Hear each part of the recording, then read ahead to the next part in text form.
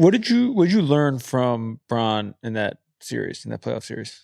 That experience is very important in winning, and might be more important, if not just as important as talent, having talent.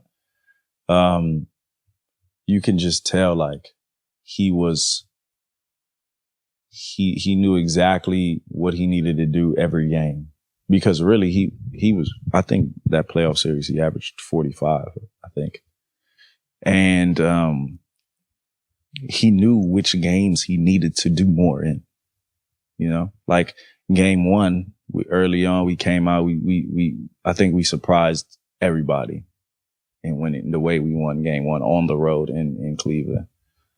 In game two, he went on a 15-0 run to start the game by himself, and he understood what was needed of him. But I think the most important part is when it was needed. You know what I'm saying? And I think that just goes with experience and who he is. Obviously, I mean, he's not normal. I mean, he's just not. Didn't he have?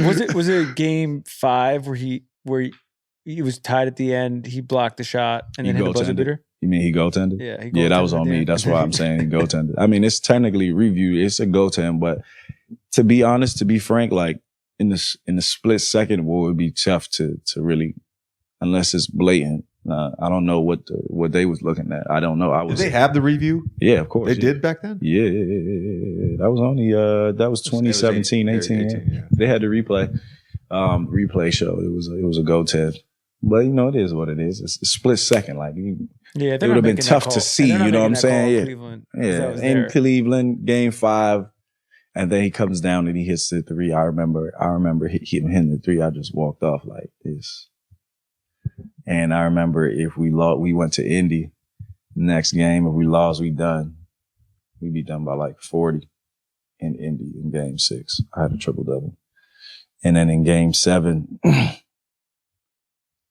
I have never, now the game 7 recently, in the Eastern Conference Finals, that was one of the few big games that I've been in. Well, the many big games that I've been in. That game 7 on the road in Cleveland, it was, because the one in the Eastern Conference Finals was at home in Miami. That was really impressive from the atmosphere and everyone being on my side.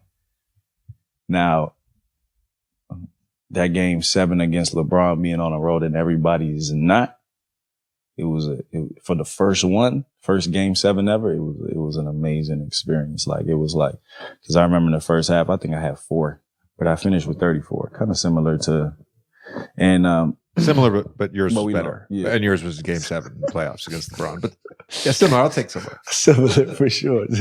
But, I just remember it being like, the game was like this the whole way. Like, literally, it was neck and neck. It was a war, really. Honestly, it was a war. And I remember Bron left the game in the fourth quarter because he was cramping. They said Bron in the after one of the timeouts said, "I'm playing every second of this game. Playing every second." Bron started cramping, left, went to the back. I remember Nate subbed me out.